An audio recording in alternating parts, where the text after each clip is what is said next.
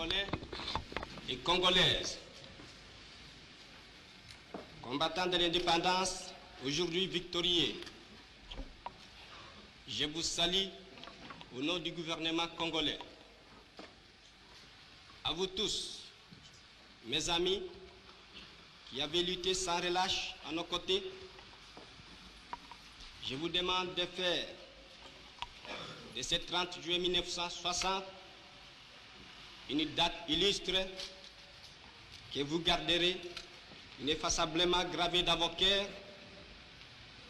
une date dont vous enseignerez avec fierté la signification à vos enfants, pour que ceux-ci, à leur tour, fassent connaître à leurs fils et à leurs petits-fils l'histoire glorieuse de notre lutte pour la liberté. Car cette indépendance du Congo, si elle est proclamée aujourd'hui dans l'entente avec la Belgique, pays ami avec qui nous traitons d'égal à égal, ni les Congolais digne de ce nom ne pourra jamais oublier cependant que c'est par la lutte qu'elle a été conquise.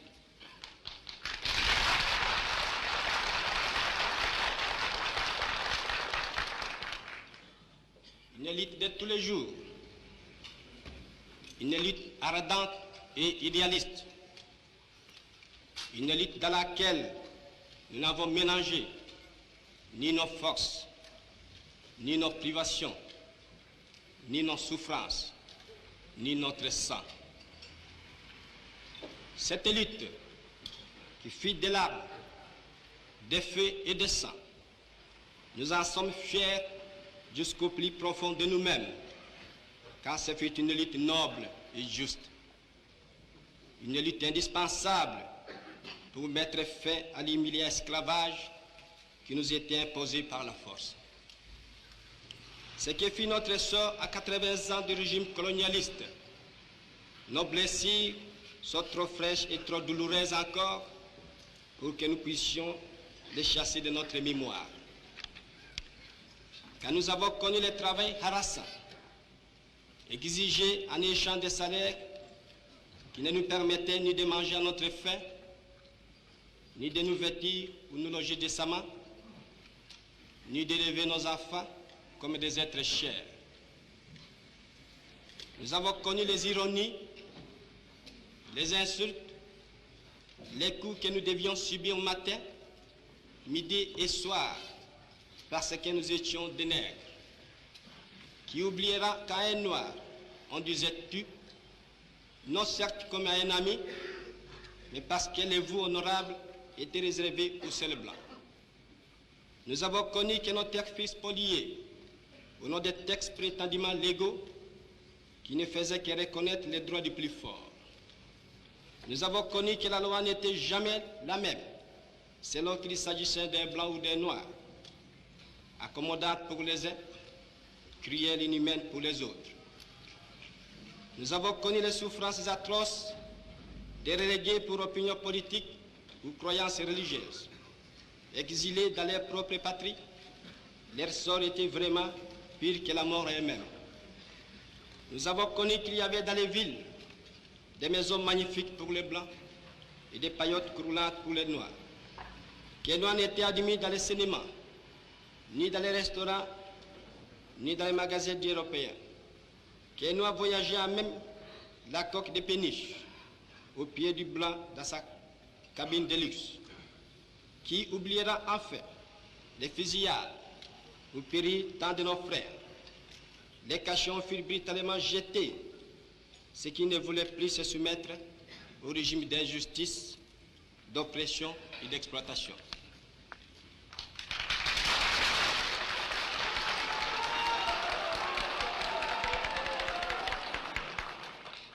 Tout cela, mes frères, nous en avons profondément souffert. Mais tout cela aussi, nous que les votes de vos représentants élus ont agréé pour diriger notre cher pays, nous qui avons souffert dans notre corps, et dans notre quai de l'oppression colonialiste, nous vous le disons, tout court, tout cela est désormais fini. La République du Congo a été proclamée et notre cher pays est maintenant entre les mains de ses propres enfants.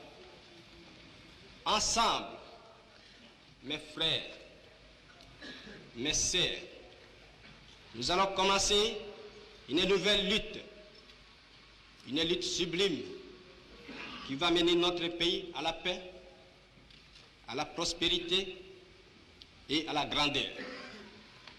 Nous allons établir ensemble la justice sociale et assurer que chacun reçoive la juste rémunération de son travail.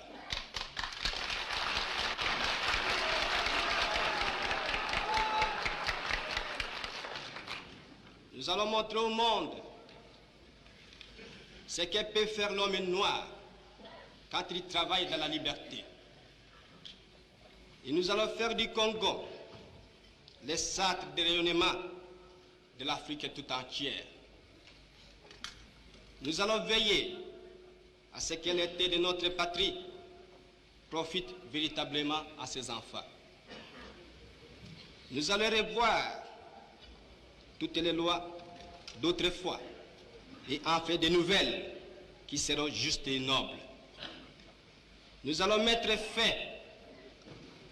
à l'oppression de la pensée libre et faire en sorte que tous les citoyens jouissent pleinement des libertés fondamentales prévues dans la Déclaration des droits de l'homme.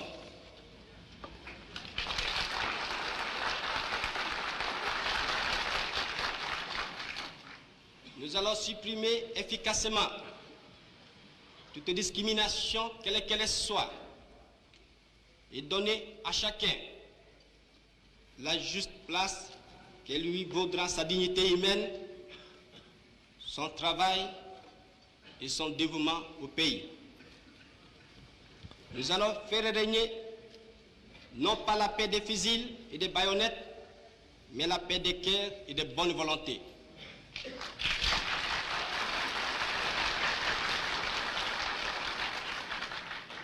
Et pour tout cela, chers compatriotes, soyez sûrs que nous pourrons compter non seulement sur nos forces énormes et nos richesses immenses, mais sur l'assistance de nombreux pays étrangers dont nous accepterons la collaboration chaque fois qu'elle sera loyale et ne cherchera pas à nous imposer une politique quelle qu'elle soit.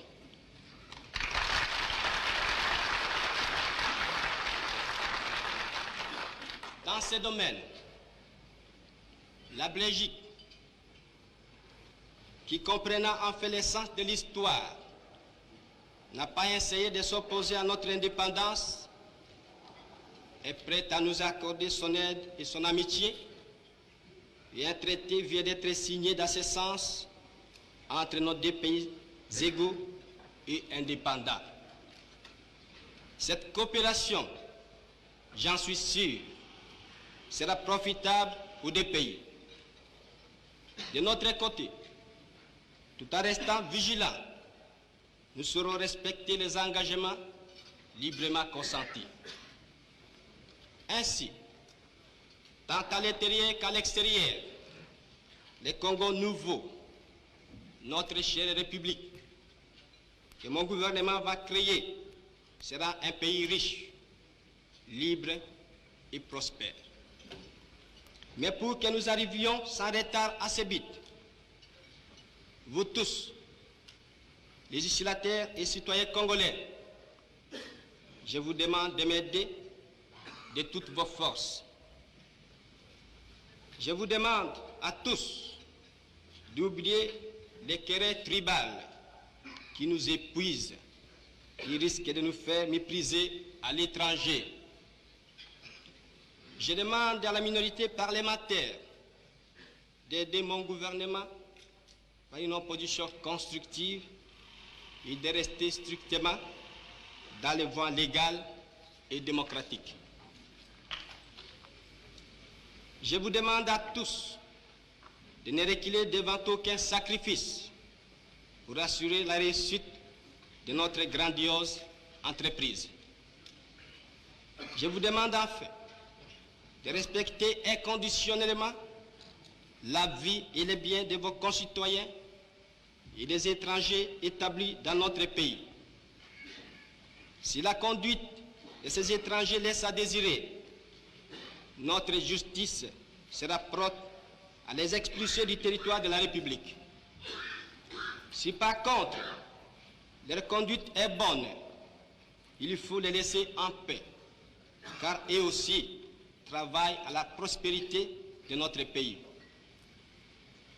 L'indépendance du Congo marque un pas décisif vers la libération de tous les continents africains.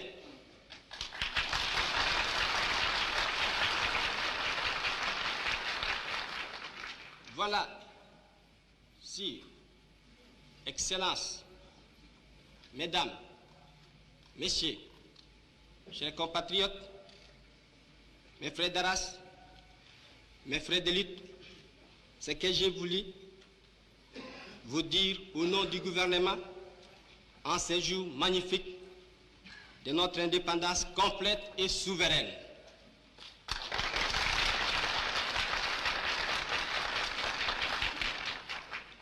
Notre gouvernement fort, national, populaire, sera le salut de ce pays. J'invite tous les citoyens congolais, hommes, femmes et enfants, de se mettre résolument au travail en vue de créer une économie nationale prospère qui consacrera notre indépendance économique. Hommage aux combattants de la liberté nationale. Vive l'indépendance et l'unité africaine. Vive le Congo indépendant et souverain.